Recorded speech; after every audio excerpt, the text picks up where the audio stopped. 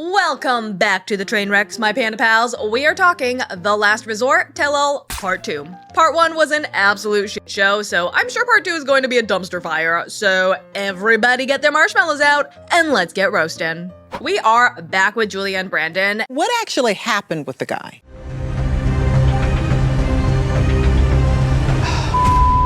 Everyone is staring Julia down, waiting for her to admit that she yeehawed on some other dude's dick. And in an incredibly anticlimactic reveal that had zero business leaving us on the cliffhanger that it did, Julia is like, we just kissed. I'll be kissing. What? And then Jasmine is like, oh, did you kiss with tongue? French kiss. Jasmine. I wanna know. I don't want to know. Now, Julia defends herself by saying that her and Brandon had gotten into a blowout fight, and she genuinely thought that they had broken up, which is why she was totally fine shoving her tongue down every Ruski man within a 10-mile radius. Sean is like, Brandon, why don't we ask your parents how they feel about your wife just telling us that she cheated on you? I forgot of you. She made a mistake, but gotta put it behind you. I agree. Move forward and recommit your love. Wow, that was unexpected. That was very supportive of Julia, which I really wasn't anticipating, especially not from Betty. Julia swears that she never cheated on Brandon after she got to America, and he's like, okay, that's cool. You do realize that doesn't make this hurt any less, right? And Julia is like, oh my God, are you ever gonna move on? Did you gonna let this go, or you gonna be hold this for the rest of our life? Good question, Did Julia. you gonna let this go or not? And Rob is like, Julia, you just told him that you cheated on him. Could you give him maybe a second to try and get over it? And then Ari over here gives us her profound 2 cents. Apologies don't serve much purpose. The only thing that serves a purpose is not repeating the same mistakes. Apologies absolutely serve a purpose, you emotionally bankrupt bag of wet sand. Anyway, Brandon says that he does not trust Julia right now, and his parents say to get over it, and Sean says, well, you guys sure have a lot to work through. Best of luck, bye! And, I'm so sad that we are moving on to Sophie and Rob, but we are moving on to Sophie and Rob. Sean is like, Sophie, clearly you had some work done, girly, because you look good. Sophie, you look beautiful. What'd you do? I did a little something. Got my boobs done. She tells us she got some new boobies, and Sean is like, Rob, what do you think? And Rob is just like, boobs. I feel great. I feel really good. I feel like I'm a lot more like confident. Rob? How do you think Sophie looks? The what? Same, buddy. Same. I just showed him in the changing room because he hadn't seen them yet. Oh, you showed him show. I just, whoop. Rob is definitely bitter that she did not look this hot when they were together. She waited for you to be separated to get them done. She's trying to be her best version of herself now. Sean is like, does anybody here think Sophie did this to spite Rob? And I don't know what anyone else thought, but Rob sure does. It's almost like, oh, now that we aren't together, here's something that would be, you would love it, but nah, you don't quite get this. Which is just not true, because their biggest issue was they were not being intimate with each other, so she could have had them boobies all year long. He was never gonna see them. Just saying. So how did these two go from wanting a divorce to doing the nasty? Well, after the resort, they started to be friendly again, and they ended up going to Disney together for some reason, and Sophie, obviously, started to get butterflies again. We had an amazing day, and all the things it's like I'd been wanting in a relationship I was receiving because we wasn't arguing. So a couple months go by, they reunite to film In Between the Sheets, and then they literally decide to get in between some sheets. We ended up hooking up that night, and then afterwards, we just had sex, and I mean a lot, and it was really good. Eventually, Sophie starts to catch feelings, and the two of them decide that they have to squash this whole thing because they are at least smart enough to know, thank the good Lord, that dating each other again is a terrible idea.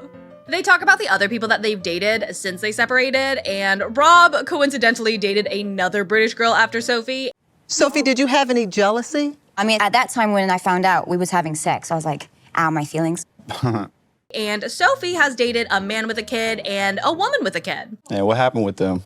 Rob, you don't need to say that here. You gotta tell us You now. don't need to say that here. Good story. Funny thing about those two, that man's kid and that woman's kid, they are the same kid. The guy she dated was the baby father of the girl she dated. I didn't know. I had no idea. That is right, folks. She dated a man and then unintentionally dated that man's baby mama right after. Anyway, the two are planning on moving forward with the divorce because despite wanting to be a part of each other's lives, they both know that they drain the absolute life out of each other. I think it is smart for us to divorce. It's gonna be hard to like fully sign that and never speak again, but you know. Natalie is like, "Oh, Rob, you're such a great guy. You deserve nothing but the best." Sophie, on the other hand, ooh. You deserve good stuff. I appreciate it. I believe Sophie also might be a good person. Just lost a little bit. Sophie is like, you have no idea what Rob put me through, so shut up. And Natalie is like, listen, I'm just saying that I've never sensed any kind of negativity from this man. And Sophie is like, well, you've only talked to him when you were flirting with him to make me jealous, so again, shut up. Say that he's a good person and maybe it's a dig when it's unnecessary because we're trying to be mature in this. I didn't mean it. I don't know. No, Then Sean is like, Sophie, girl, we have got some tea on you and we are gonna need you to confirm. And then she plays a clip from In Between the Sheets that we've never seen before. Sophie had sugar daddy. I don't know the details, but I know that he's like a rich guy. That's why she's always traveling and all that. Now, it is played off like Jasmine did not know the cameras were rolling at the time because she says things like, oh, I would never say this on camera, and she looks like she got caught with her hand in the cookie jar in the pit. Go for it, girl. Get your bag. But she, And Rob is useless, so... I mean, I didn't ask her. But yes, she has sugar daddy. Now, everyone is looking at Sophie like, girl, is this true? Who is the guy she's talking about? My 93-year-old sugar dad. Is it a joke? Yes, it's a joke. Obviously. I mean, if it were true, I honestly wouldn't be that surprised, but I am very glad that it is a joke. Natalie is like, Jasmine, who told you that Sophie had a sugar daddy? And Jasmine is like, tee-hee, it's a secret. And then Rob blows up and he is like, Jasmine is gonna tell you that she heard that shit from me because one time at the resort when I was trying to be a nice guy, she was like, how does Sophie even afford anything if she doesn't even live with you? Does she have a sugar daddy? She said, how does she pay for things? I said, I don't really know. She said, you think she has a sugar daddy? I said, I mean, I don't know how she pays for things, but I don't know. That's it. And then Jasmine devolves into a high school mean girl because she does not care that she started shit for absolutely zero reason. I ruined your marriage. I'm so sorry. I'm so sorry. It's not you, bro. So sorry. Everybody breaks for lunch and Jasmine runs into her room to call Matt and she's like, oh, I hate it here. All the men are being so mean to me for no reason. Matt's like, baby girl, Gino agreed to let me bang you, so if he cannot handle the consequences of his own choices, then he's just a giant piece of shit. I knew a lot of people were gonna attack me and accuse me of cheating. I'm not playing the victim. I'm not gonna be anybody's bitch. Like, them all. We move on to Stacy and Florian. Stacy says that right after the resort, things were really good between the two of them, but in the past few months, they have been rocky at best. And Florian is like, I mean, listen, I'm glad therapy helped her, but the therapy was completely useless to me because, again, I do not need any therapy. So are you blaming me that our relationship, if I put in the work and the effort, then we're good? Not bad idea. Florian, you know what you need? A therapy. Florian is like, our relationship gets worse and worse every single day because all Stacy does is pick arguments about the stupidest shit. For me, it's like, I feel like he doesn't really want to be around me. I feel like my own husband doesn't even like me. Then she tells us that they have not banged in 3 or 4 months, and it's starting to get a little concerning. Now, Stacy does reveal that she's having a really tough time right now, and it's because she's actually going through menopause. And it's kind of like hard to talk about because I feel like I'm going through changes I can't explain, and I don't think he understands it. I cannot imagine going through menopause with a partner like Florian. Like, I get it, the dude is funny, but he is not the most caring, patient, or empathetic person when it comes specifically to his own wife. Like, could you imagine your hormones on the fritz, you have crazy mood swings, you get incredibly uncomfortable hot flashes, and all you have for support is a husband who tells you to shut up and stop complaining? So, Florian, tell us what you know about menopause. Surprising literally nobody.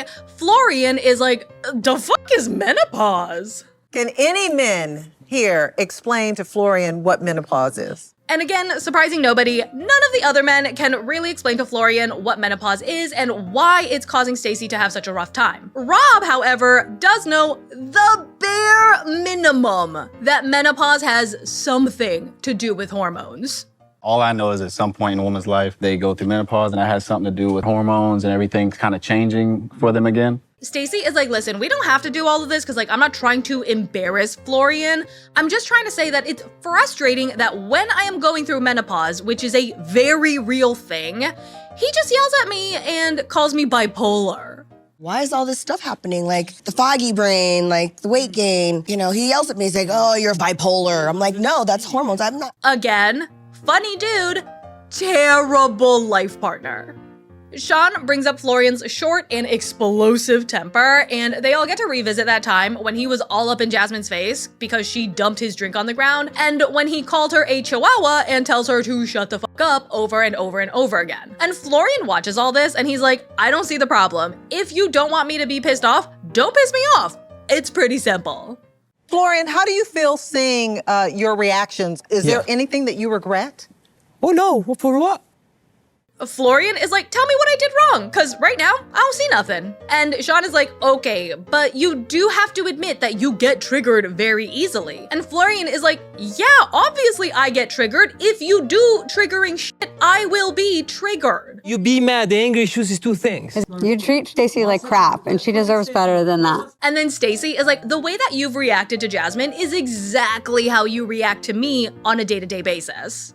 Shut that up. You called her a chihuahua, but I get called the bitch and the hoe and all that. Wow. Natalie makes sense for the first time in possibly her entire life. And she's like, Jasmine knows exactly how to trigger Florian, and she exploited that to get the reaction that she wanted out of him. It was Jasmine who knew exactly what she was doing. She was knowing that she was manipulating him to explore. And Jasmine, in another astounding show of flagrant hypocrisy, hands down this nugget of wisdom. Certain things trigger you and you lose control. Your actions is totally unacceptable. Now, I can only assume that Jasmine's blow-up from part 1 happened after this conversation, because if we are watching this tell-all in chronological order, it is criminal that nobody brought it up. Sean then brings Darcy and Georgie on stage, and Darcy continues to defend her closeness with Florian. When it comes to your relationship with Florian, do you feel like there has been a boundary crossed? If I knew it had bothered her, I really wouldn't have, crossed any certain lines. And Stacy tells everybody that their closeness really bothered her because when she was healing from her surgery, Florian went out with Darcy all of the time, and it honestly seemed like he was prioritizing spending time with her over helping his recovering wife. Do you think that Stacy should trust Florian? Maybe not. I don't think 100%. And that, my Panda Pals, is all I got for you today. Sadly, there is gonna be a part 3 to this shit, and I honestly feel like there's probably gonna be a part 4 if you take into consideration the pacing of everything. So yeah, we got that to look forward to. Anyway, in other news, I probably will not be covering 90 Day Diaries because I don't want to. So I'm gonna be covering some other stuff. I don't know what yet. Definitely let me know in the comments below if there are any shows that you do want me to cover, either coming up or in the future. And other than that, huge shout out to all of my channel members. Thank you guys so much for your ongoing support. If you are not subscribed to this channel yet, go ahead, click that subscribe button, give this video a big thumbs up, and let me know down in the comments what you thought so far. Again, thanks for not letting me ride this train wreck alone, and I will see you next time. Bye!